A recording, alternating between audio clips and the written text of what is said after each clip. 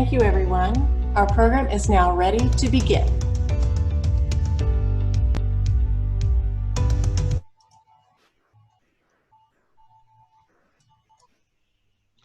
Hello, I am Jana Grauberger, the Women's Energy Network National President, and I want to welcome everyone to session 2 of our summer virtual programming series.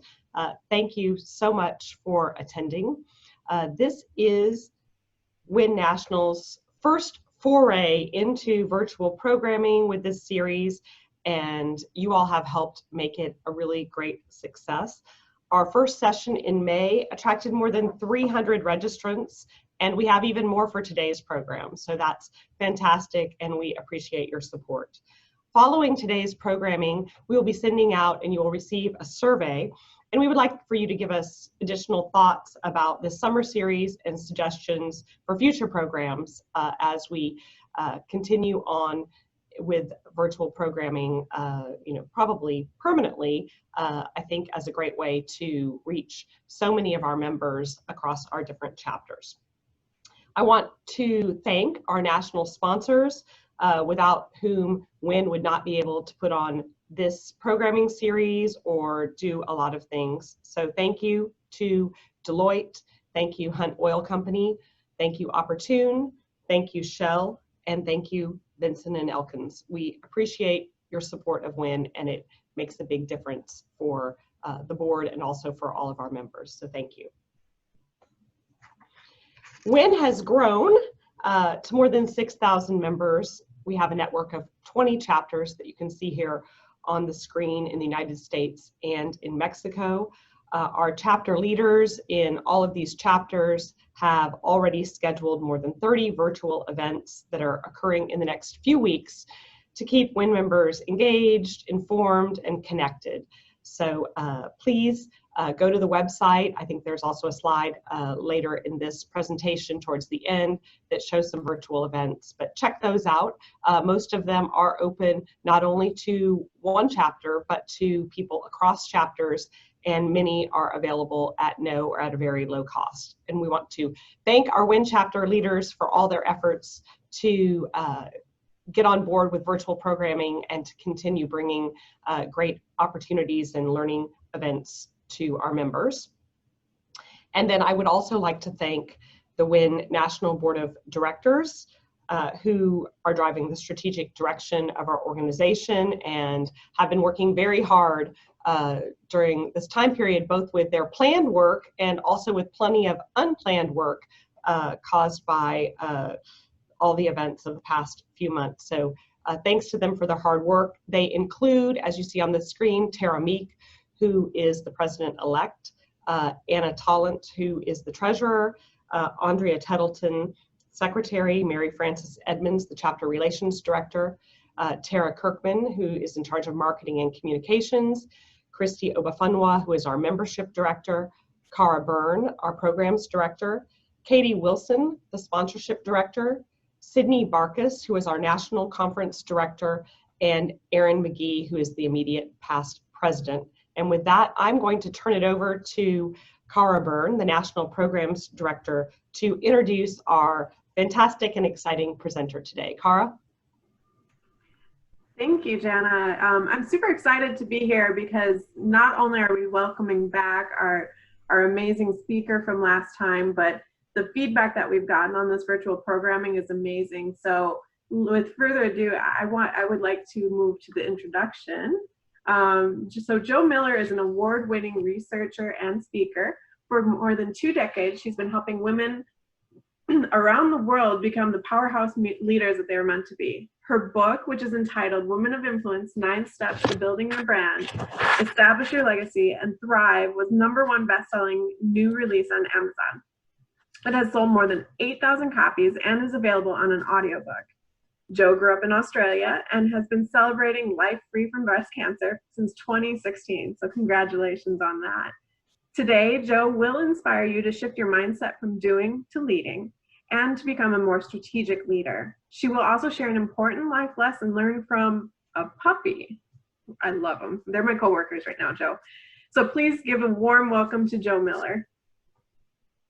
Thank you, Cara. Thank you, Jana, and welcome back again, everyone. Or welcome if you're joining for the very first time. It's such an honor and a pleasure to work with you. And look, if you've not already done so, there is a poll open. I'd love to share some data pertaining to you collectively as a group on some of these competencies as we get a little further into the session. So if you haven't already done so, head on over to the chat where we've put the URL pollev.com/Leaderly in the chat, pollev.com/Leaderly. Take the poll and I'll reveal the results in a little while. But look, I know for those of you who are joining for the first time, you're probably wondering, okay, tell me more about her accent. As Cara explained it, at least in part, I actually grew up in South Australia and now call Cedar Rapids in Iowa home. And so, well, one way of thinking about me is I'm part Iowan and part Australian, which means a couple things. Firstly, I love to eat sweet corn, but when I throw the corn cob away, it comes back. That's a boomerang joke right there, folks. So enough about me. Would you join me in a very warm round of applause for everyone who made our time together possible? Delane, Crystal, Cara, Jana, all of the WEN sponsors, all of the WEN chapter leaders. Thank you so much for making it possible for us to spend this time together today. All right, I am going to ask if I could get the screen sharing rights. No, here we go. All right. As I mentioned last time, I'm still a bit of a Zoom newbie, AKA a Zoobie. So here we go. Do we see my slides coming up on screen? All right, we're away. So welcome back, everyone. And last session, we kind of laid the foundation with our topic, unapologetic leadership, and reimagining your leadership brand. So up-leveling your personal brand into something that's more like a leadership brand. And I wanted to give just a very quick recap on the insights and the topics that we shared last time. And as I'm doing that, I would love for everyone to open up the chat if you attended the last session and just type a note to us, let us know, was there a key insight or a key takeaway from last session, something perhaps that you've been taking action on? Was there a particular theme that you discussed if you joined a cohort of colleagues in a chapter discussion? So yeah, don't be shy. Go ahead and open up the chat. Let us know what was a key takeaway or insight or theme that you gained from our most recent session as I give just a really high level recap. So we started with this idea that your strengths, your professional, technical, and leadership strengths are your most powerful differentiators. And yet some of us tend to downplay and not fully embrace our leadership strengths. And so I encourage you to think about identifying the sweet spot where your strengths meet something that you're really passionate about in your work, but also have you fulfill a much needed gap. So what can you provide to your organization, industry, or the world at large that has you be really valued and sought after? That's your leadership niche, also known as your leadership superpower. So after identifying that leadership niche or superpower, I encourage you to think aspirationally, not just about how you're perceived today, which is your personal brand, but how do you aspire to be known in the future, and to come up with a leadership brand statement that sums that up. So start with that leadership niche, up level it to think about what you want to be known for next, and then come up with a very short, succinct sentence, your leadership brand statement, which is a tiny but mighty declaration of who you are and what you have to offer and what you want others to come to you for. So we talked about up leveling your brand at different key points in your career and coming up with that crisp, succinct, but powerful brand statement. And then finally, a reminder to not be the best kept secret in the industry, but rather think about going after career defining moments, opportunities that you raise your hand for, where you get to deliver some type of really valued result that shines a spotlight on your brand, and then promote those accomplishments. Not promote all your accomplishments, but amplify those accomplishments that align with your key career aspirations. So that's what we took a look at last time. And Cara, I would love if you see any comments coming into the chat. Can you call out a few insights? There are quite a few. I think that Lakshmi had a revelation that engineering, she's in engineering and she has a brand, but her insight is that her brand is absolutely not allowing her to work to her potential. So it's a great thing to identify. Another thing is that that Charmy, sorry, was saying a big one for her was that just ask questions to your mentors, use your network, especially when you feel stuck in that current position. And from there, Elizabeth said that they can help you to amplify your accomplishments, find ways to make others know what you're working on. And I think the best quotation from this entire thing was from Dina. She quoted, "It's not what you know, it's not who you know, it's who knows what you know." So she really, really thought that quote was a huge takeaway from the last session. Thank you, Cara. And here's a fist bump with sparkles, of course, to everyone who not only joined, but has been thinking deeply about how you can apply these lessons and put them into action to move forward in your career. And I'll just give a shout out to the upcoming chapter group discussions as well. I'll be sharing some discussion questions at the end of the session. If you're struggling with any of this, or if you just like a sounding board, I really encourage you to lean on each other.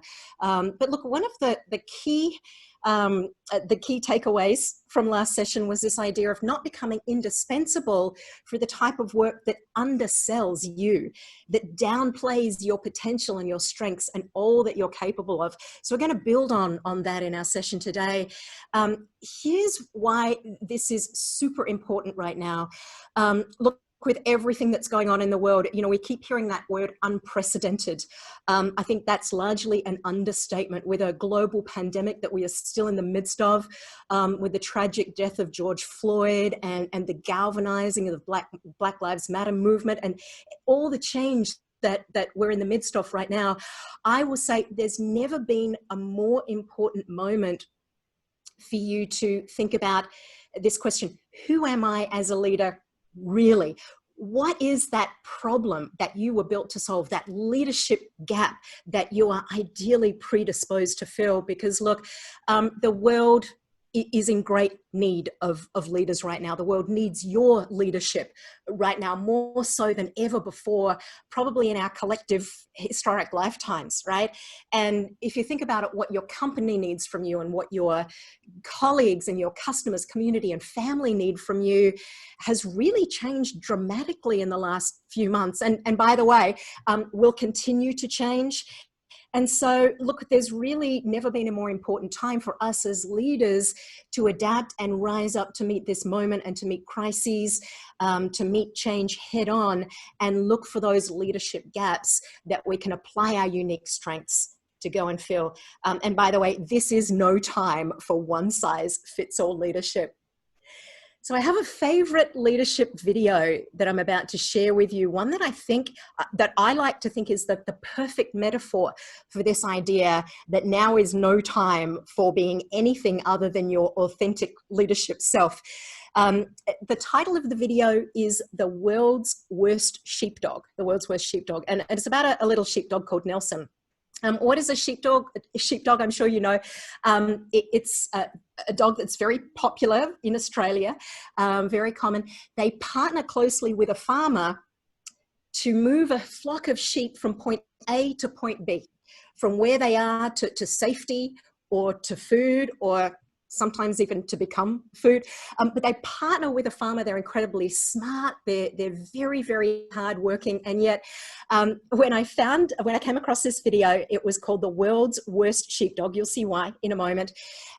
As I play the video for you, I would love for you to think about, why have I called this my favorite leadership video? Why is this my very favorite leadership video of all time? Feel free to open up the chat and type in your answer. And look, when I first found this video, someone wrote on social media, this is what happens when you lie on your resume about having previous sheepdog experience. All right, let's take a look. Nelson here. Nelson, come here. Here. Nelson, come here.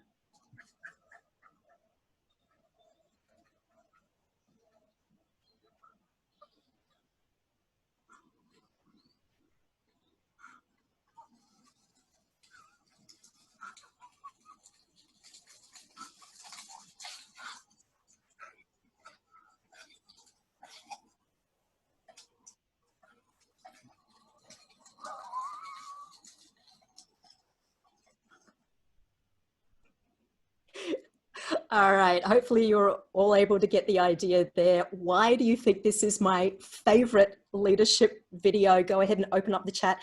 Type in your answers.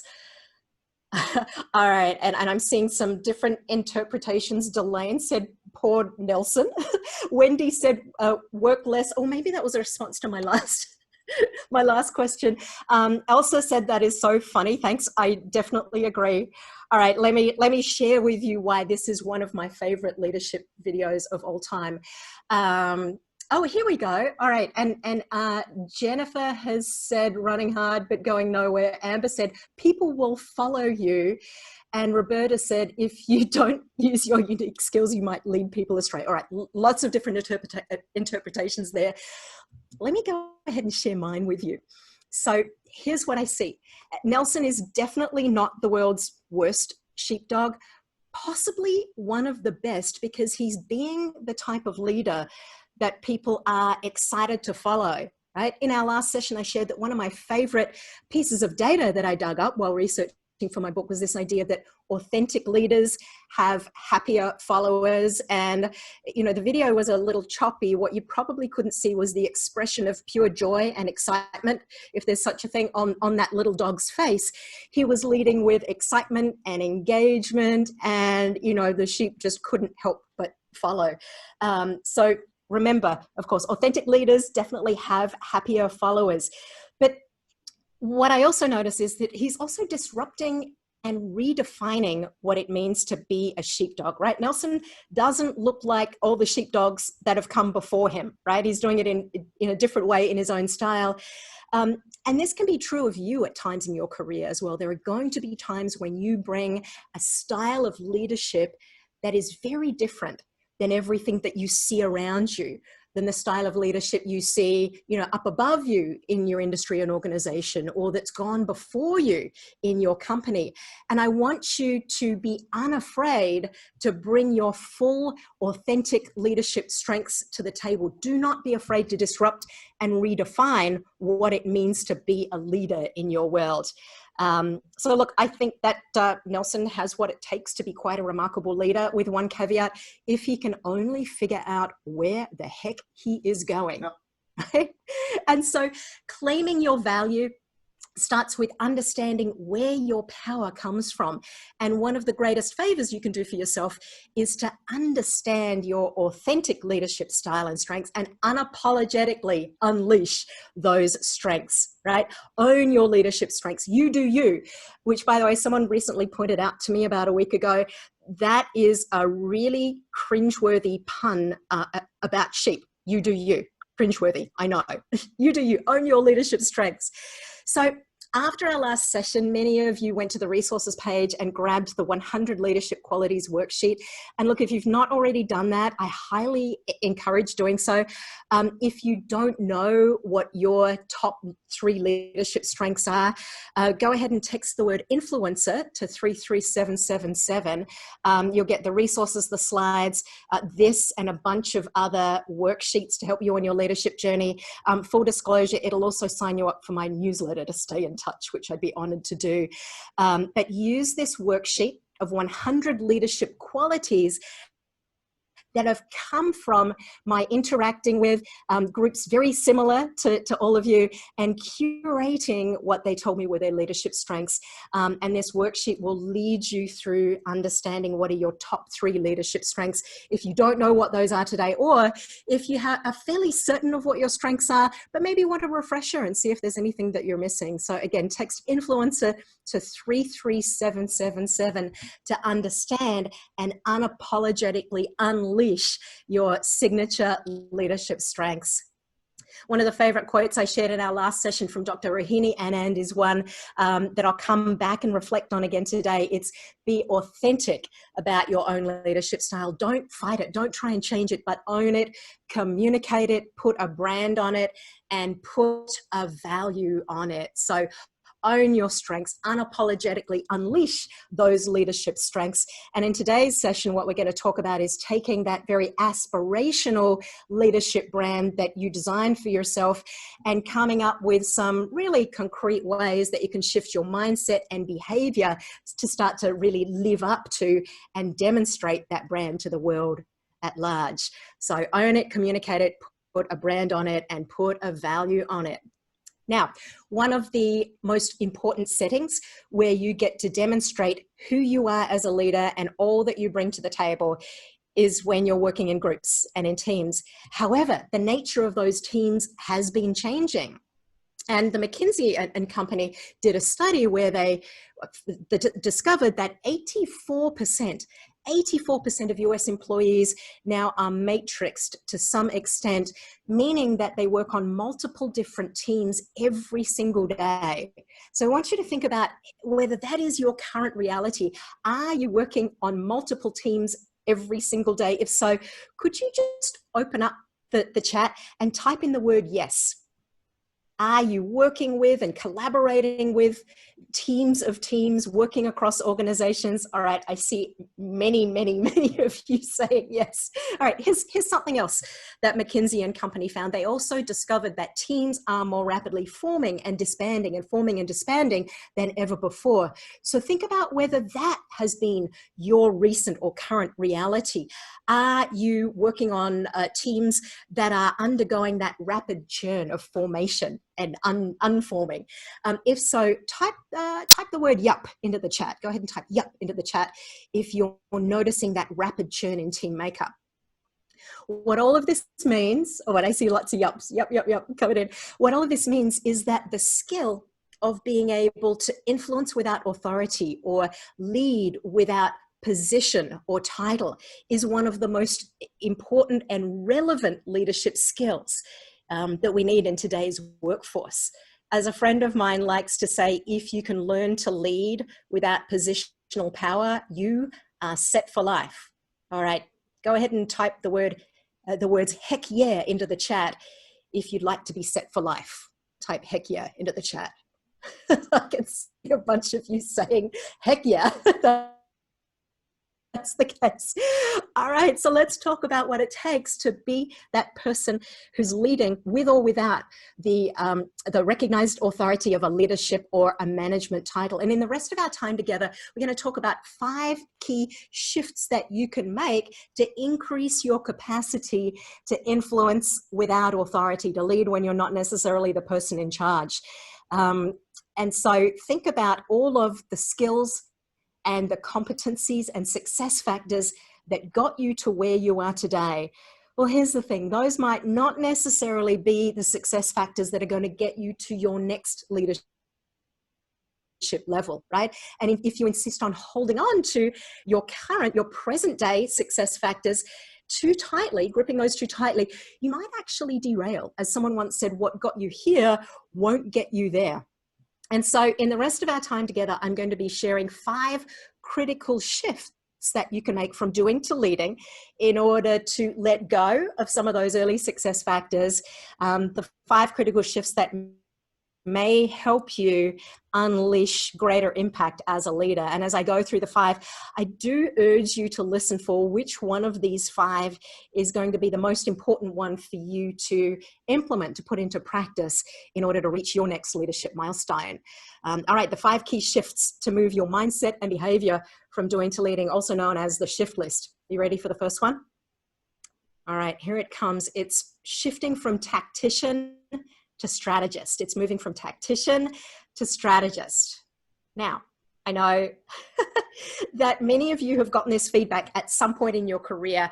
Maybe you had a performance review and your manager sat you down and said, look, you're doing great, but I need you to be more strategic. Or perhaps you delivered a presentation and someone came up to you afterwards and said, look, good job, but I really think you need to have more of a strategic focus.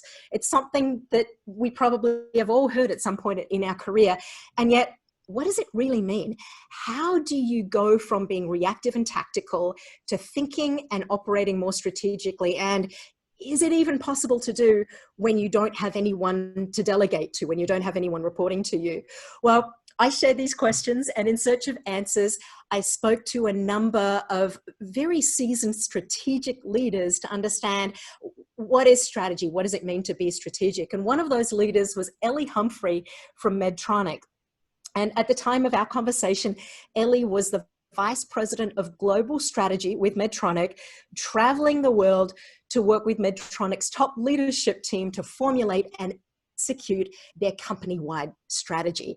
And so I asked Ellie, what does it mean to be strategic? What is strategy? And she came up with this great answer. I just love this. She said, strategy is just a fancy word for coming up with a long-term plan and putting it into action. Do you like that? Boom, right there. Strategy is just a fancy word for having a long-term plan and putting it into action.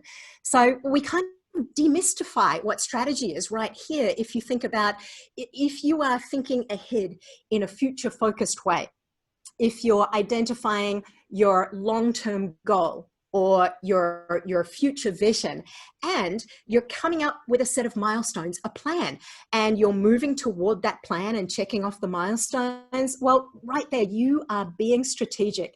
Strategy is just a fancy word for having that long-term plan and putting it into action, right? So think about whether you're someone who is already thinking and operating strategically, or is there room for you to grow in this area? Another one of the strategic leaders that I really enjoyed interviewing was Donna Munch. And she was at the time the VP of Cloud Operations with NetApp. And Donna shared a story with me. She said early on in her career, when she was a project administrator at HP, she was incredibly inspired to follow the path, to follow the role model of her father's example and his incredible work ethic. And so Donna was someone who would come to work every day and take on that to-do list and just crush it. No one could check off the tactical action items off that list quite like Donna. She said, I got addicted to the intoxicating buzz you get from checking items off the list. Now, that served her well, at least initially, until the time came when she spotted a more senior level job that she aspired to move into. Donna applied for that role and was knocked back and told, no, we can't promote you. You're too valuable where you are. No one can figure out how to replace you. And I just wonder if there's anyone else joining the webinar today who could really feel that situation, who's stepped in those shoes.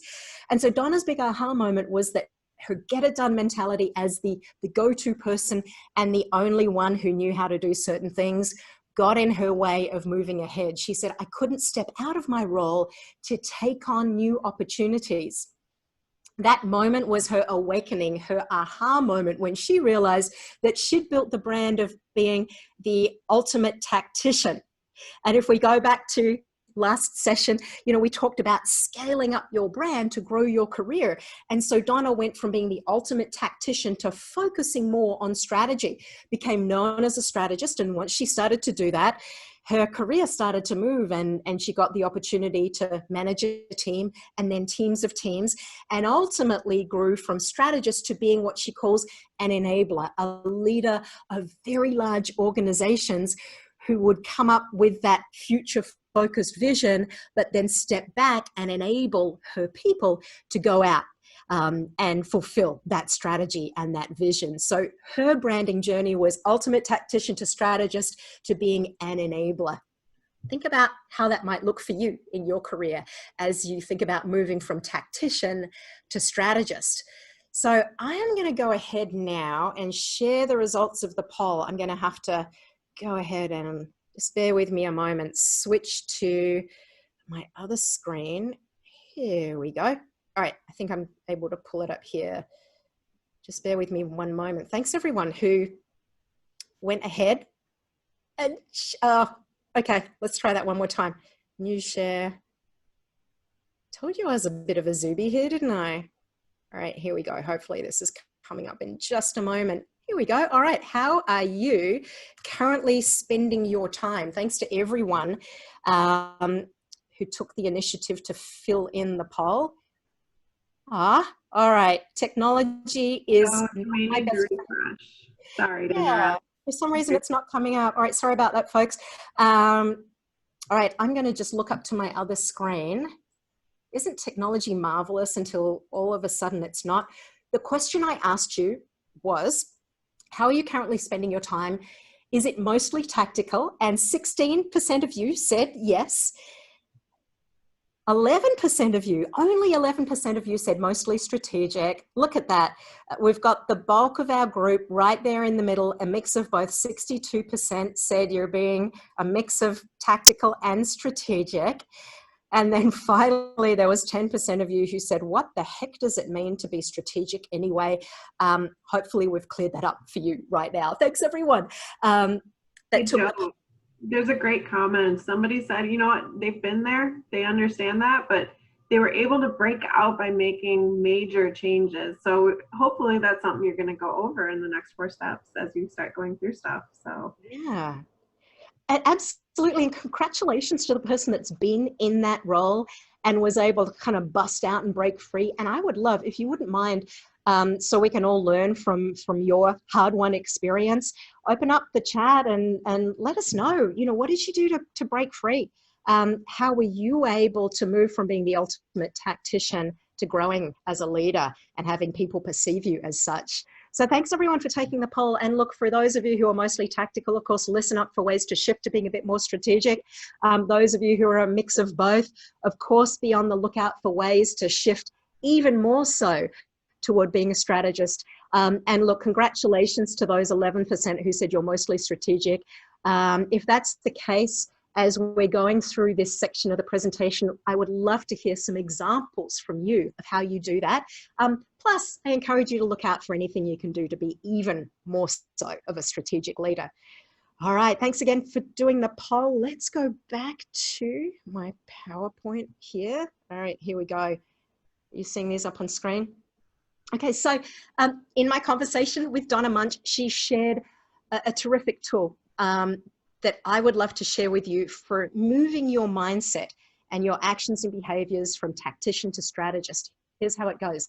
You pull out your calendar and choose 1 month in the past and analyze that month in your calendar and color code your activities. Use one color for the tactical stuff and a different color for when your activities were more strategic, right? So go back in time, choose 1 month in the past on your calendar and color code your activities, one color for tactical, one color for strategic, and then take a step back and see if you can notice any themes, and are there any opportunities for you to step away from doing the busy work, the tactical, the day-to-day, to thinking and acting more strategically. So what are some of those tactical activities you could let go of and the strategic activities you might want to do more of? And look, I know that our time is limited in this session today. Doing this in 30 seconds is probably a lot to ask. So if this exercise speaks to you, I really encourage you to make a note, take it on. But I'm going to ask everyone to think about what you might discover if you were to do this exercise. So analyze the month on your calendar, color code your activities, and then ask yourself, what might be 1 or 2 tactical activities that you think you could let go of? And what are some of the more strategic activities that you could do instead?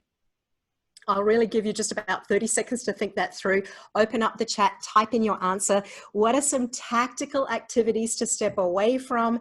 And what are some of the more strategic, future thinking, long-term planful activities that you'd like to engage in instead? And Cara, let's just keep an eye on the chat in case any answers come in. In fact, Cara, there might be a couple comments there for you to curate and read through. What are you seeing? Yes, I'm copying it. Sorry, 1 second. So I was seeing from Jennifer, she said that when she was a very tactical person, she actually found a senior leader in a different department and asked him a lot of questions on how his department actually functioned. And through those conversations, he was able to see how her own department could start strategically making those changes. So engaging outside of your functional roles, seeing how everyone else can perceive you. Somebody else noticed there were tons of fires that were going on around, metaphorically, hopefully, those type of fires where you know you can fix something and you have some tactical steps that you can help, but it helped in a strategic sense to develop a strategy behind those. So yeah, I see this all the time at work, just to let you know, like, instead of doing workflows and all of these emails, I find a way to strategize them and become much more efficient in how I work, which also affects how everyone else works. So that's also a good way. Just notice your own pain points and figure out how to fix them, not just for yourself, but for everyone else as well. It sounds like leading by example comes into it too. You can, by example, be that role model of shifting from tactician to strategist and have other people follow too. All right, everyone. Look, keep plugging your answers into the chat. I will share that this is one of my favorite points of learning from you collectively as a group, which is to hear what are some of those tactical to-dos and activities that you'd like to step away from, and some more strategic activities that you'd like to embrace and do more of instead. So don't be shy. Go ahead and open up the chat. We'd love to hear some more examples coming from you while you're working on that. I also want to share 3 questions that strategic leaders ask themselves, often as frequently as on a daily basis, in order to keep that future focus, to keep thinking strategically. 3 questions that I learned from leaders like Ellie Humphrey and Donna Munch. As I go through the 3, I'd love you to pinpoint which one is going to make the biggest impact for you if you were to ask yourself this question on a daily basis. So 3 questions that strategic leaders ask themselves. Question number 1, what's my time horizon? Question number 1, what is my time horizon? All right, so if you are coming to work every day thinking about what do I need to get done this week, today, this hour, or this minute, notice how you're looking at the immediate future. You're probably thinking more tactically, but instead, if you shift your time horizon away from what's immediately in front of you to focusing on the longer term, looking to the future, peering around the corner, trying to imagine what's coming down the pipeline, notice how that shift to a longer term time horizon has you begin to think more strategically. So shift your attention away from what do I need to accomplish today or this hour or even in the next 10 minutes, and think instead about what do I need to see happen a month from today, 6 months, 1 year, 3 years, even 5 years from today. So the first of the 3 questions that strategic leaders ask themselves is, what's my time horizon? Next, what's the scope of my influence? So what's the scope of my influence? If you are influencing with and collaborating with and working primarily with your immediate peers, people that all report into the same manager as you do, notice how you're probably being more tactical, whereas a strategist will influence and work across teams, across organizations, right? So expand your scope of influence beyond your immediate role and team, and start to think about how you can work and collaborate and lead and influence across teams and across organizations. That is a way to know that you're probably operating more strategically, less tactically. So the second of those 3 questions that strategic leaders ask themselves is, what's the scope of my influence? Who am I working with on a day-to-day basis? And then finally, question number 3, what's the extent of the change I'm driving? What's the extent of the change I'm driving? Are you chipping away at tasks that largely support the status quo? Or are you working toward causing broad-scale, sweeping, transformational change, right? If you're maintaining the status quo, not shaking things up, not disrupting, you're probably being more tactical. But if you're working toward game-changing, transformational change, you're probably being more of a strategist. So question number 3 is, what's the extent of the change I'm driving? And look, one thing Donna Munch told me is that even your body language can show if you're being a tactician or a strategist, because when you're communicating your strategy, your arms should be open wide like you're conducting an orchestra, right? You can't do that with T-Rex arms. So don't be a tactical T-Rex, be more of a strategosaurus, right? So think about the 3 questions that strategic leaders ask themselves. Is there one here that you're most concerned with, or that you'd benefit from asking yourself on even a daily basis? What's my time horizon? What's the scope of my influence? Or what's the extent of the change that I'm driving? when you know your answer, go ahead and just type the number 1, 2, or 3 into the chat. So which question will you focus on in order to shift from tactician to strategist? And Cara, before those start to come in like a tsunami of numbers, do you see any questions from any answers to my previous question, which was, what will you do less of and what will you do more of to be less tactical, more strategic? I think a lot of people are starting to realize that you can't necessarily separate them completely. So Perry had a great question, which kind of dives into the tactician versus strategic person. What do you consider when you have to figure out tactical steps and functionality in order to develop strategy? So how do you know whether you're being a strategist or a tactician if you're in that in-between doing phase of your strategic vision? Yeah, it's like a chicken and an egg thing, isn't it? Sometimes you've got to do the very tactical data mining and reflection to understand where are we now and what are the gaps. So if you can even go ahead to formulate your strategy, let's maybe call that step 1 in your overall strategy, is to do that self-reflection and kind of get the state of the nation. So I think as long as you're moving toward the future, there will always be tactical stuff you do along the way, but you're also being strategic if you're moving forward to a better future. So it's more about the vision that you have rather than the actual tasks that you're doing. So as long as you're thinking in the long term rather than staying in the short term, which is those T-Rex arms, I love that. You're becoming a Strategosaurus. I love that. Strategosaurus. Strategosaurus. I'm gonna use that. Strategosaurus. Yes. Yeah, that's how to not become extinct, right? Be a Strategosaurus, a tactical T-Rex. Great. Anything else you see there in terms of tactical stuff to steer away from and strategic stuff to move toward? There is a question here from Barb who says, how do you move from a comfort level of a tactician to a strategist? So, or strategist, like, how do you step outside of your comfort zone? Mm-hmm. I think it might come with practice, because I think we all can get very comfortable coming to work every day and doing the things that we know we do well, that have worked in the past. And yet it can be useful to remind ourselves, what got me here won't necessarily get me there.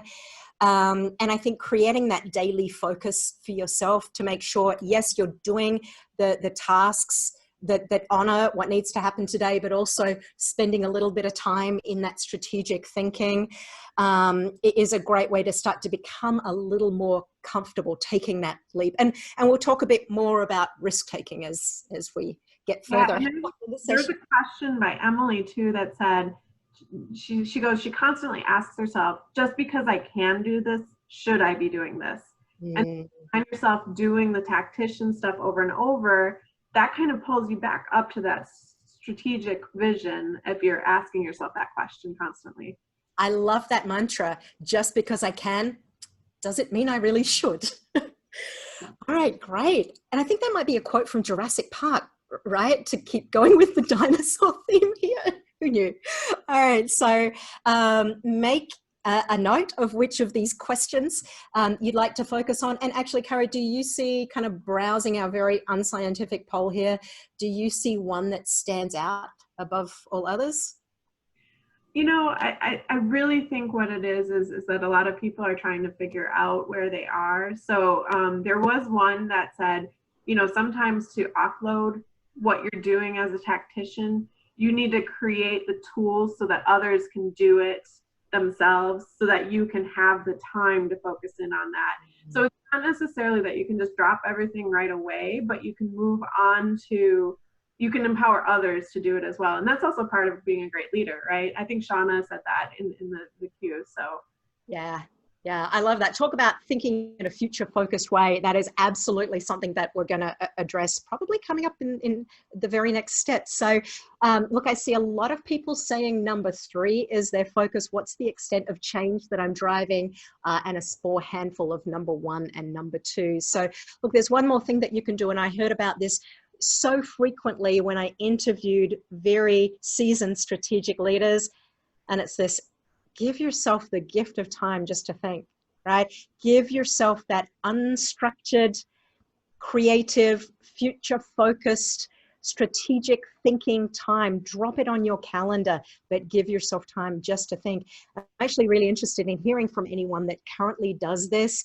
If you already do this, would you go ahead and type a note in the chat? Tell us, how do you accomplish this? And then what's the impact been from you? How do you give yourself the gift of time just to think creatively and strategically? And what difference does it make for you? By the way, I also know leaders that even insist that their entire team give themselves that downtime just to think strategically. And, oh, Cara, I see some great examples coming in. Can you read off those real quick? A little bit slow today. So some people like doing walking breaks. I know I personally like a puppy break. Every once in a while, they give me the undying attention. Some people actually go in and use Microsoft Insights or tools within their calendar to just remind them to get up and leave their computer. And a lot of people actually block it off on their calendar. I know like lunches, I have to block them off, otherwise I'm eating in front of people. Sometimes people think about the issues and the answer comes up right in the middle of the night. So they keep like a little journal next to their bed. And there's also some people that just do they draft their tactical emails in advance, and then they share them during the week after they've had time to percolate on them a little bit longer. These are fantastic. Thanks everyone. I love the exchange of best practices for shifting from tactician to strategist. All right, let's move on to the next one. Coming up next in our 5 key shifts in mindset and behavior to move from doing to leading. Next up is going from doing to delegating. You knew it had to be in here. Doing to delegating. Successful leaders don't do it all. They don't even try. Alice Katwan is another of my favorite leaders. In fact, I got to do a fireside chat with her women's group at salesforce.com as one of my last live events before this global pandemic threw a spanner in the works, but she told a terrific story. So today, Alice is the Senior Vice President of North America Sales with Salesforce. But about a decade ago, when she got her first big promotion to director level, her life became a whole lot more complex and chaotic and unpredictable than it had ever been before. And Alice said, trying to do it all as a new leader and a road warrior and a working mom to 3 young boys literally made her sick. And she tells the story of a time she found herself lying in a hospital bed with an IV in her arm and found that the doctor came and looked her right in the eye and said, you need to slow down and you need to do less, or you might not be here with your family to enjoy all of your success. And that's the moment, Alice said, when she realized that being a leader doesn't entail trying to do it all. And in fact, enlisting support was going to be crucial to her success. And so she gave up trying to be it all and do it all and started to empower others and enlist support. And that's the moment when her career truly took off. So this slide might be the thing that some of you really need to hear today. It's this idea that leadership is not about doing more. It's about shifting from doing to leading. And from this point forward, the tasks that you let go of or say no to or hand off can define you even more as a leader than the things that you take on or say yes to or hold on to, right? From this moment forward, the tasks you let go of can define you even more as a leader than the things that you hold on to. As Alice said, enlisting support is crucial to your success, and that means admitting that you need to let go, right? Admit it. There will be things you just need to let go of. As the comedian Sarah Vowell said, everything I let go of has claw marks all over it. So don't be like Sarah, be like Alice, admit you need to let go, enlist support. The most successful leaders, like Alice, don't just delegate, they delegate. Do you like that word? All right, repeat it with me. Delegate. Once more with feeling, delegate. Okay, good. What does it mean? Well, it's this idea that if you have a task to let go of, to hand off to someone else, don't just try and palm it off onto whoever is standing nearest you at the time, but rather take the time to think deeply, think strategically about who there is around you for whom this could represent a next step up in their career or leadership journey. So you're not just delegating, you're developing, you're developmentally delegating or developing, right? You're growing people, you're helping them skill up, you're building that future capacity in your team, you're creating leaders around you. The best leaders don't just delegate, they delegate. So in my conversation with Alice, she shared some of the keys. Here are 3 of those. And the first, of course, is to admit that you can't possibly do it all. So stop trying, enlist support, admit that you need to let go, but also invest the time in delegating. This is absolutely an investment of your time. It's an investment in the other person. Yes, it takes more time up front to help someone skill up, to set out the guidelines, to help them understand what they need to do to succeed, to trust but verify initially. So invest the time in delegating. It is absolutely worth that investment. But I think that the key that really distinguishes delegating versus delegating is to listen for what inspires people. And you can do this at any moment in your career. You do not need to be a leader of teams. You don't have to have people reporting to you in order to get to know the people around you and listen to what their goals and hopes and dreams are and what motivates and demotivates them. What are their aspirations? What fires them up? So listen to what inspires people. So no matter what point you're at in your career, pick an action here that you'd like to take. Go ahead and type 1, 2, or 3 into the chat. Will you, number 1, admit that you need to let go? And by the way, you don't have to have anyone to delegate to, anyone that reports to you. There are tasks you can just let go of because frankly, they're not that important. Or, if you don't have anyone to delegate to at work, try enlisting support at home, for example. Or is it that you'll invest the time in delegating? Or is it finally to listen to what inspires people? And look, most of these are steps that you can take at any moment in your career journey, whether your early career and looking for things to let go of at home, or delegating more in your life outside work, or listening to what inspires your colleagues, or if you're further along in your leadership journey, what can you do to move from delegating to delegating, to investing the time, to listening to what inspires the people around you?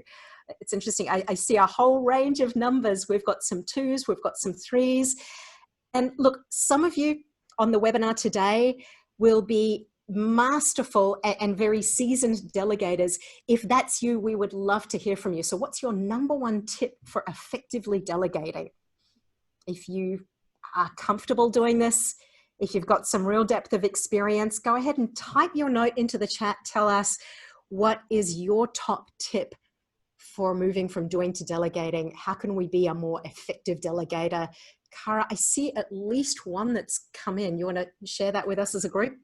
A lot of what it is, so Mary Francis just said, really explaining why and how the task can benefit them, which can lead into the inspiration aspects of it too, right? A lot of people, I saw a lot of 3s on here, that people are not necessarily focusing in on what inspires others. So Jeannie mentioned that really understanding what people's passions are and where they want to develop is a really key part of getting people onto that delegation path. Delegation doesn't seem as bad when people want to learn that area, right? It's not just you passing the buck, but it's now you passing the buck so that other people can learn how to do that. And then also be genuine when delegating the task. Haley said this, you don't always need to start with, I have a great and fun opportunity, especially if it's not actually fun, but you should explain the benefits. Right. I think there's tons of more coming in, but that's a good summary for now. And we'll try and capture some more after the fact. Yeah, those are terrific. Thanks, everyone. I love this idea of having a hunger to learn. By the way, what are the chances that someone here on the webinar, their boss is going to come to them and go, hey, I have a great and fun opportunity for you. Be on the lookout for that one. All right. So back to our shift list. And And I encourage you to be listening out for which one of these 5 key shifts is going to be yours to focus on. Is it tactician to strategist, or moving from doing to delegating, or this next one, optimizer to transformer? Optimizer to transformer. Now, I know right now many of you are thinking, what's wrong with being an optimizer? And the answer is absolutely nothing. But consider this. Early on in your career, if you have a high performance mentality, you probably are looking at how can I optimize and make the most of the role or the task or the process that's immediately in front of me. How can I make it the best it can be, the most productive, the most effective, get the greatest investment out here. But your leadership impact will always be limited unless you at some time shift from optimizing what's right in front of you to thinking more transformationally, being that transformational change leader. So shift from optimizer to transformer. Here's a key distinction. When a transformer's work is done, the change can't go back to the way it was. So if you want to be a transformational change to create, can't be easily undone, right? Can't be easily wound back. Think about a pickle. What is a pickle? A pickle is nothing but a cucumber that's been through a transformation, and the pickle can never go back to being a cucumber, right? So look to create the type of change that can't be easily undone. And the change you lead doesn't have to be big. It just needs to be important. So think about whether there is a gap you'd like to fill, or a change you'd like to lead, or even a change that you're currently leading. Leila Pourhashemi is a transformational change leader who is currently the Vice President of Operations with Blackhawk. But a few years ago with another company, PayPal, she was tasked with leading an audacious transformational change initiative to change the way that 5,000 PayPal employees operate so they could become more customer focused, so that those employees in turn could change the way that citizens of the world use money. All right, so no small change. Oh, and by the way, she was tasked with creating this change with a very small team, very small budget, and almost no positional authority. Nonetheless, she was wildly successful. In fact, within the space of 18 months, they had a 55% increase in productivity across 5,000 employees and a 10 times increase in new product releases. And hopefully that hits you as a jaw meet the floor type of result, a 10 times increase in new product releases. So how did she achieve that? Well, there were 3 keys to her success. And the first is, she said, look, first you've got to get people to agree on the problem. What typically happens when people know that change is coming is people jump to brainstorming solutions and sharing their ideas, and everyone thinks that they've got the best idea. And so they start to hold on to and defend ownership of their idea, right? Because they think that their solution is the best. And really what's happened is that they're not agreeing on the problem. And so before jumping to brainstorming and arguing over solutions, first get people agreeing on the problem. So for example, what Leila would do is do a listening tour across vast departments of the organization to understand what are the problems that we need to solve here, and get people to first agree on the problem. And she said one of the most effective ways to influence is to rally people around a problem that they care deeply about. All right, so if you want to move from optimizer to transformer and lead the type of change that can't be easily undone, first, you've got to get people to agree on the problem. And look, as you're doing that, as you're doing your listening tour, you'll probably start to find people along the way who care as much about that as you do. And what Leila did was enlist those people as her passionate change champions, right? So when she found people who cared as much about the problem as she did, she enlisted their support. She found 500 passionate change champions who each went out and spread the word, communicated the change to 100 of their colleagues. And that's how they managed to move an entire 5,000 person organization into a much better place. So First, you get people agreeing on the problem. Next, find your passionate change champions, the people who care as deeply do. And then finally, know the qualities of an effective transformer. First, Layla said you've got to show conviction, because if you don't have conviction that this change is going to take people to a much better place, good luck trying to convince anyone else that it's the right thing to do.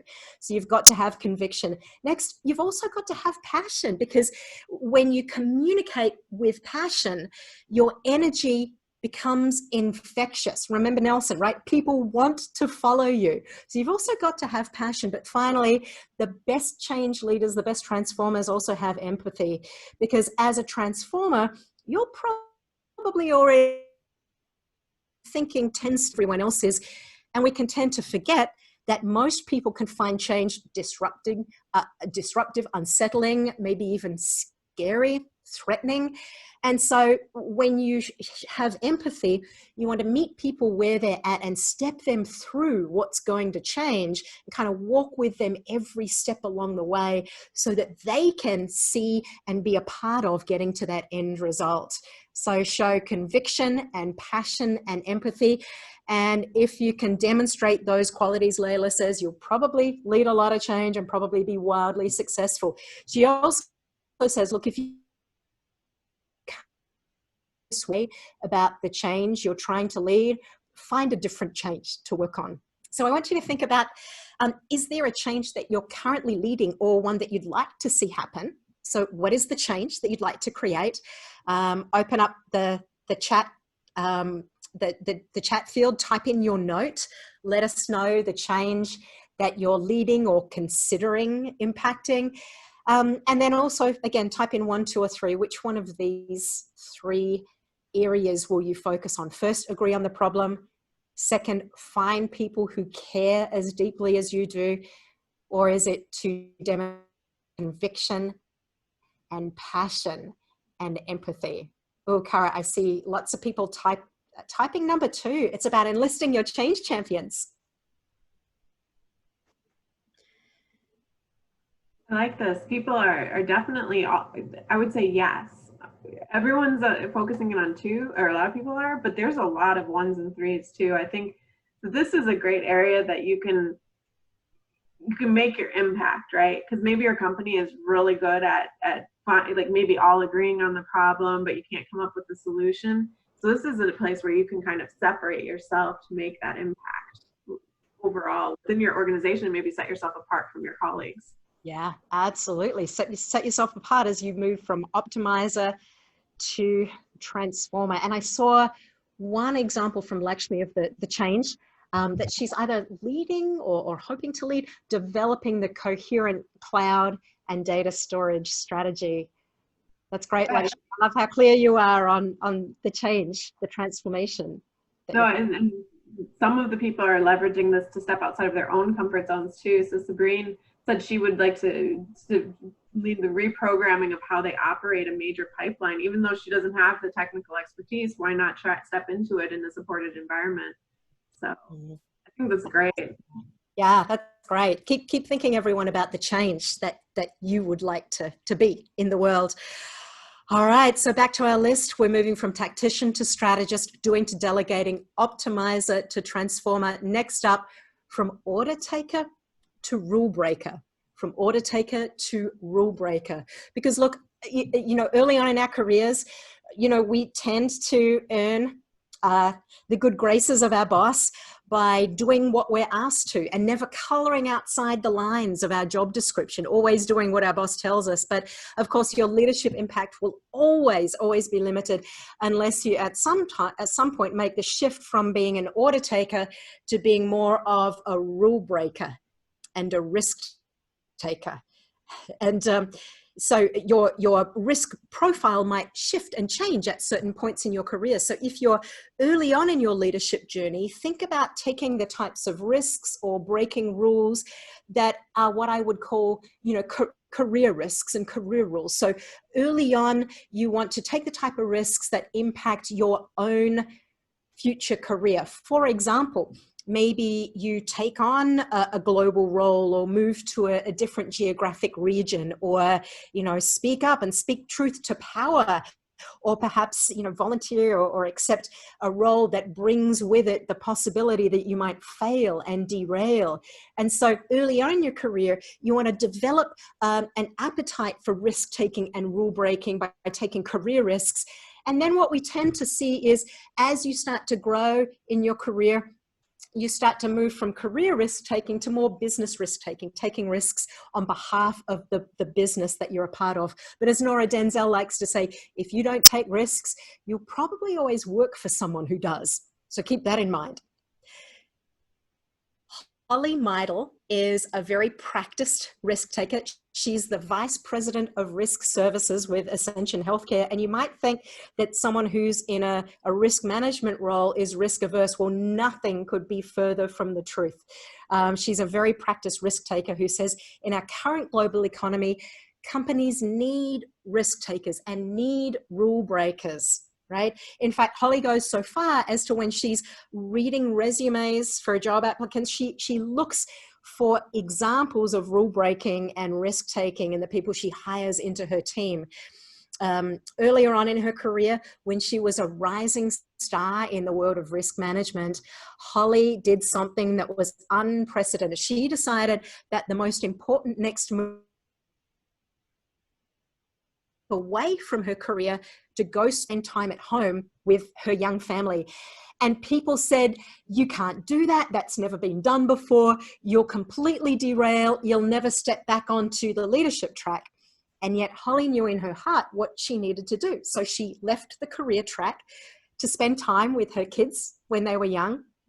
And Holly, being Holly, she volunteered in the kids' school and volunteered in her community and built a masterful sense of how to be a grassroots influencer and how to lead without authority, so that when she did eventually step back into her career, she leapfrogged ahead into a national leadership role.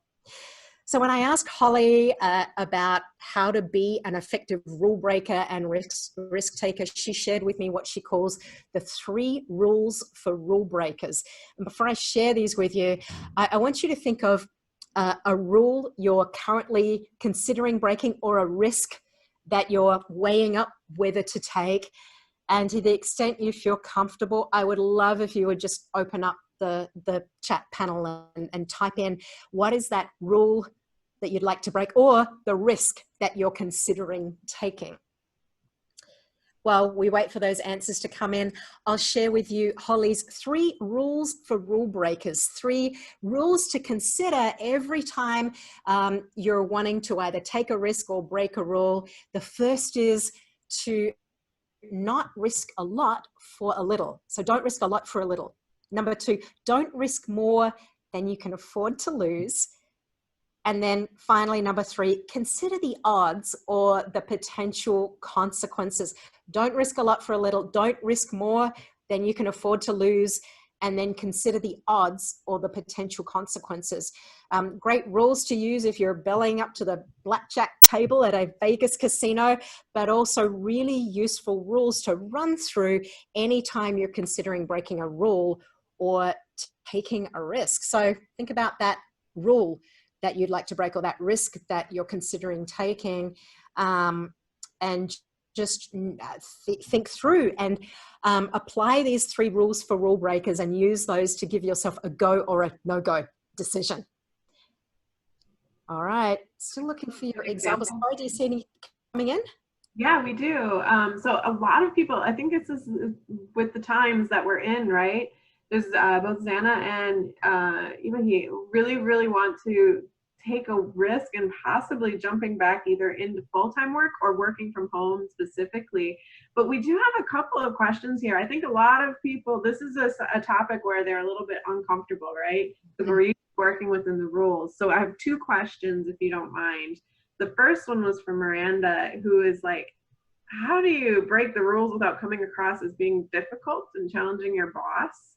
Mm-hmm. And the other one was from an anonymous person, so I'll say their name anonymous, was saying that if you're a born rule breaker and your leader isn't, how do you deal with that situation too? Like not pushing them outside of their comfort zone. Sort of related, basically, how do you manage your manager in this type of situations? Because they're the first ones that'll probably slap your hand.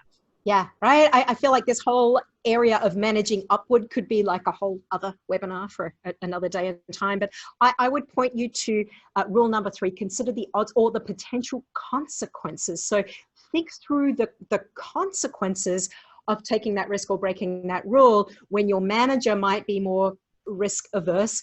And you may even want to just kind of, you know, in a fairly non-threatening way, raise it as a possibility, work it through with them if you're not clear what the potential consequences might be. So involve them in the decision making from the get-go. But look, if anyone else has another answer, an answer just came in. Speaking the truth, but in love. What a great perspective on that. Thanks to whoever wrote that in the chat. All right, so we're moving through our list from tactician to strategist, from doing to delegating, from optimizer to transformer, order taker to rule breaker. We have one more left. Are you ready? Are you ready for the one that I call the grandmother of them all? And it's shifting from me to we, the shift from me to we, from my success to the success of the team or the organization as a whole. Look, early on in our careers, we can be so focused on our own development, our own success, our own productivity. We can strive to have the best idea, have the last word, be the smartest in the room. But if you're always focused on the me, you miss the opportunity to broaden your leadership impact when you shift your mindset from me to we, from your own success, productivity and development to that of the team and the organization around you. No longer striving to be the smartest in the room, but instead striving to be what's called a force multiplier. Someone whose presence within a group makes the entire group more productive, more effective, more successful, right? So you're not just being the smartest in the room, you are being someone who raises the collective intelligence of all those around you. You're striving to make the room itself smarter when you shift your mindset from me to we. As Pam Stewart, a sales leader with the Coca-Cola company, says, when you move your mindset from me to we, everything changes. And if you aspire to lead boldly and courageously, this is the most powerful shift that you can make. So let's take a look back at the list as a whole. And I am going to, you know what, Cara, could you do me a favor? Could you just read the list of 5? I'm going to go to my other screen and open up a new poll for everyone to take. So the 5 shifts, you want me to read them? Yeah, that would be awesome. Thank you. Yeah, make sure, guys, to focus in on all 5 of these shifts. The first one is tactician to strategist. Then we do doing to delegating or developing, as you said. Optimizer to transformer. So make sure that you look at the bigger picture. Order taker to rule breaker. And I think this one is key, me to we. I've noticed even my language changing in my emails as you start writing them. You do it almost in your head, but sometimes it's really good to be very focused on that language that you use. So. Mm-hmm. Fantastic. All right, I'm going to pause this share and move to my other screen just to show the results as they come in. But look, everyone, if you've not already done so, could you go ahead and open up that browser again with the poll, pollev.com/leaderly. In fact, Delane or Janet, if you wouldn't mind, would you paste that URL back into the chat one more time, pollev.com/leaderly, to drop a pin on the map and let us know which of these shifts is going to be your key one to work on. So which of these are you going to focus on and work on? And here we go again. All right, I'm trying to get to my screen. Oh, here we go. I'm gonna refresh. Look at that. All right. The refresh is just coming up. Again, pollev.com/leaderly, everyone to take the poll. Let us know which of these shifts is going to be yours to focus on and work on. I kind of see an even spread all over. Cara, what do you read into the results? Yeah, it seems that everyone's at their different stages in their transformation, and each shift is important. So I think that that's great that people are recognizing what step they're at. And I don't think these are necessarily, they have to be done in any specific order, right? So that also goes to show is maybe we are understanding where our weaknesses are, and we need to focus in on that a little bit more. Yeah, right. You know, you could pick the one success factor that's going to make the greatest difference for you in the next year if you're to focus on. And I'll also say, none of these is a destination, is it? It's always a work in progress, a continual journey of reminding ourselves and making that shift. All right, if you've gone ahead and voted, I want you to answer this question in the chat. What's one action you'll take to make shift happen? That's the punchline to the whole session. What's one action you'll take to make shift happen? What will you do to bring that shift to life? Go ahead and open up the chat, share your example, and I am gonna stop my share here and go back to my slides while we wait for those to come in. Cara, I'll come back to you in just a moment to hear what are some of the actions that our group is taking. But I also want to just remind everyone of something that was a key point, a key takeaway from our most recent session, which is that don't forget to not be the best kept secret in the organization. So if you're making that shift from doing to leading, if you're driving results, always remember to amplify those accomplishments that align with your aspirations. So don't let your great work, the results you drive, your achievements go unseen. Think strategically about your most important career and leadership goals and what your future aspirations are. And don't forget to do something to speak up and showcase and share and educate others about what you're achieving. Amplify the accomplishments that align with your aspirations.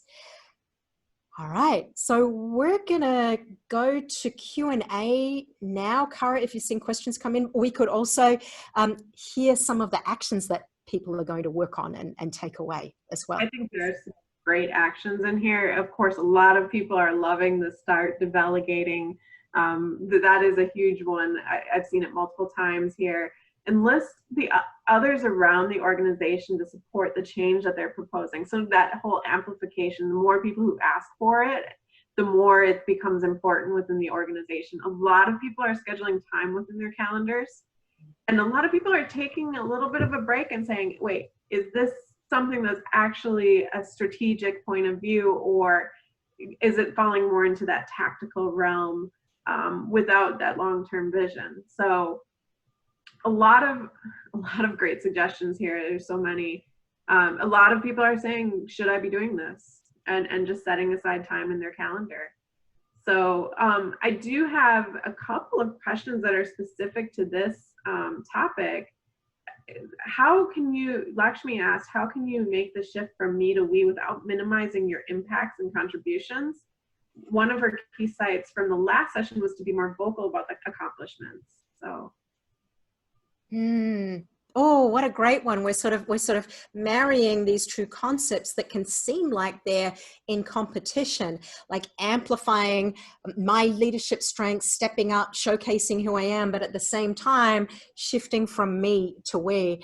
And look, I think while those two focuses at first can seem like they're in conflict, really, if you're shifting focus from me to we, if you're being the type of team member who's raising up the success of everyone around you, you can promote those accomplishments. Your accomplishments don't have to just all be about you. You know, when you showcase the greatness of the team, it also puts you in the spotlight as well.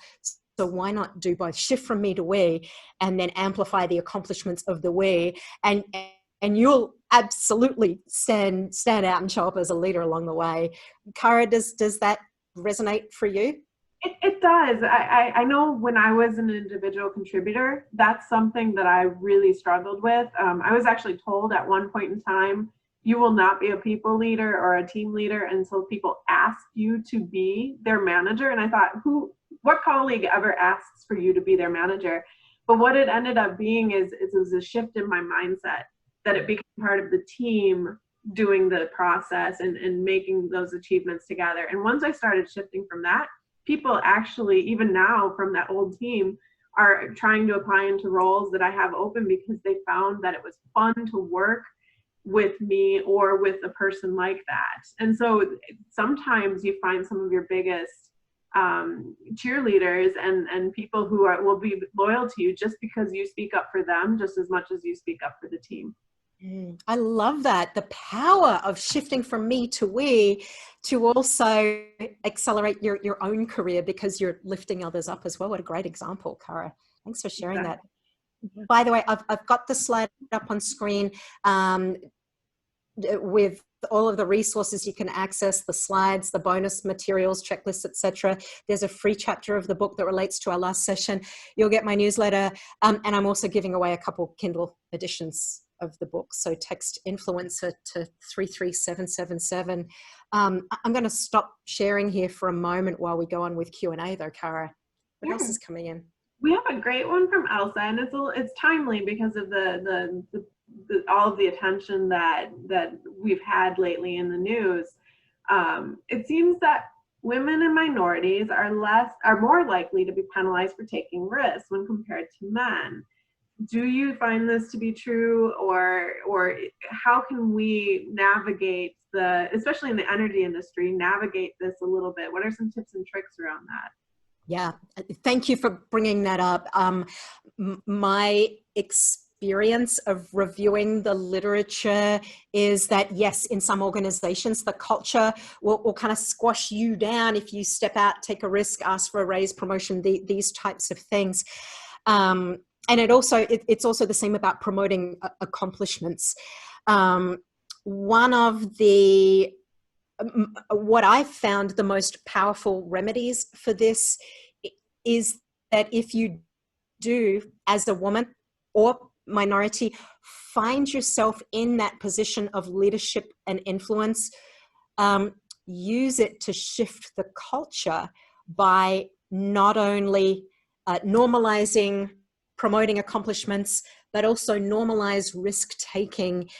So step out, take risks, but also call attention to that and encourage others to do so, because when people in positions of leadership and influence take those steps, it can be one of the most powerful ways to shift the culture.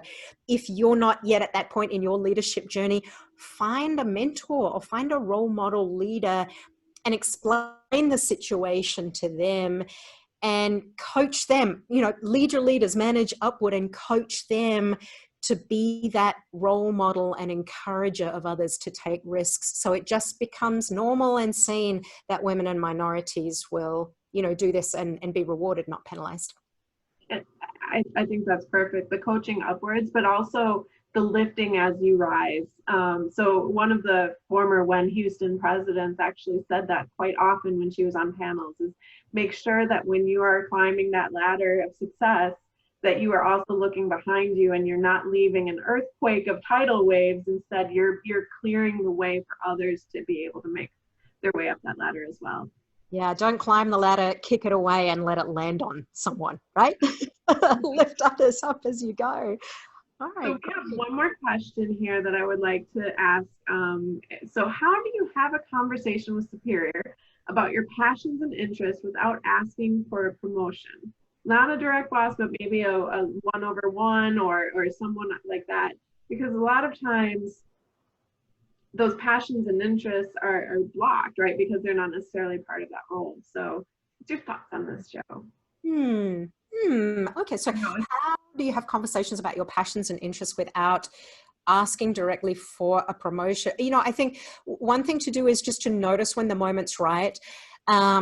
So be prepared, get prepared, do the self-reflection to know what your passions, interests are. What's the gap you want to fill? What lights you up and fires you up or makes you angry? What do you care deeply about? Have that ready to go, and then notice the ideal moment to have those conversations, because it might be that,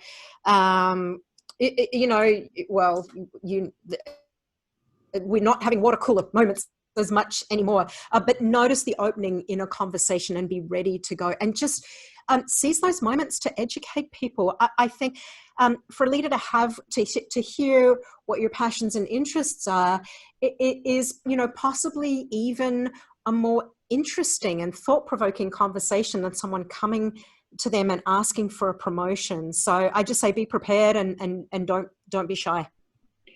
Not only that, if you're not having those conversations about your passions, how will your leader know when to help guide you into the right direction? So to me, when you use your performance touch points, don't talk about what you've done, talk about what you want to do and what you've done to get there so far. Yeah, great point. Your leaders won't know how to leverage you as a resource if they don't know, you know, what you're passionate about, interested about, what your skills are. Quick plug here for the chapter discussions in your region. We've sent this out to the chapter leaders. Maybe take a screenshot right now. We've got a whole discussion guide based on today's session. And we really encourage you to, you know, reach out to your crew, your support squad, and be having these discussions about what will you let go of, what will you do more of, which of the 3 questions will you focus on, what's your top tip for delegating, what's a change you're leading, and, you know, which of those A, B, or C steps will you focus on, what's a rule that you'd like to break, and then of the 5 shifts, which one will you focus on, and what will you do to make shift happen? So couple quick closing thoughts here from me. The world needs your leadership now more so than ever before. And at the same time, those tactical skills that have served you so well thus far might not be the ones to milestone. So to expand your impact beyond what you can accomplish as a solo performer, refocus where you place your attention. Do less, lead more, engage and inspire and influence others to collaborate with you and become that powerhouse leader you were meant to be. And look, if you want to leave a lasting leadership legacy that long outlasts your lifetime, don't just be a leader. And don't just be a leader who develops leaders. Be what I call an L to the power of 3, an L to the power of 3. What's that? It's a leader who develops leaders who develop leaders. Do you like that? Are you with me? If you're into the chat, go ahead and type L yes into the chat. And with that, everyone, I'm going to encourage you to raise your right hand, drop it down behind your shoulders, give yourself a pat on the back for being here and participating. And then Cara, you and I, let's do our double fist bump with sparkles on a count of 3. 1, 2, 3. Thanks, everyone. It's been great working with you today. Perfect. Thank you so much, Joe. We have just a couple of closing thoughts. First of all, if you guys have put your questions into either the Q&A or the chat windows, I have captured them. We're going to share them with Joe, and hopefully within the follow-up emails that you'll get from the session, they'll be responded to. Also, I just wanted to go on and share a few things from Wen with you. The first one is that you can always find our upcoming events, whether it's a chapter event, a national event, on this website. So it's womensenergynetwork.org. We encourage you to constantly, every once in a while, go back and visit the website because new virtual events are being added daily. And then also for those first-time winners, as we call them, so the people who have joined this event for the first time ever or these sessions, please make sure to come here and sign up to become a WEN member. You simply do it by clicking on that join button right above the purple banner there. So this is where you can come. WEN has discounted access to events, and also you can enjoy members only benefits as if you become a member. So we look forward to seeing you at future WEN events. On the next slide, this shows just a few of the virtual events that are up and coming. So we've got some starting next week. We have the Houston Virtual Luncheon. We have some going on into the end of next week as well. All of these events are virtual. What that means is you are not geography bound. You can go to a Greater Oklahoma event or the WEN Foundation event or the Chicago chapter event if you sit in Salt Lake City or if you sit in Houston. So please take a chance to go and visit some of the other chapters in a virtual session. On the next slide, we have here the one big event that WEN is planning on having next April. So please make sure to save the date for the WEN National Conference. I will admit, I have been to several conferences in my lifetime.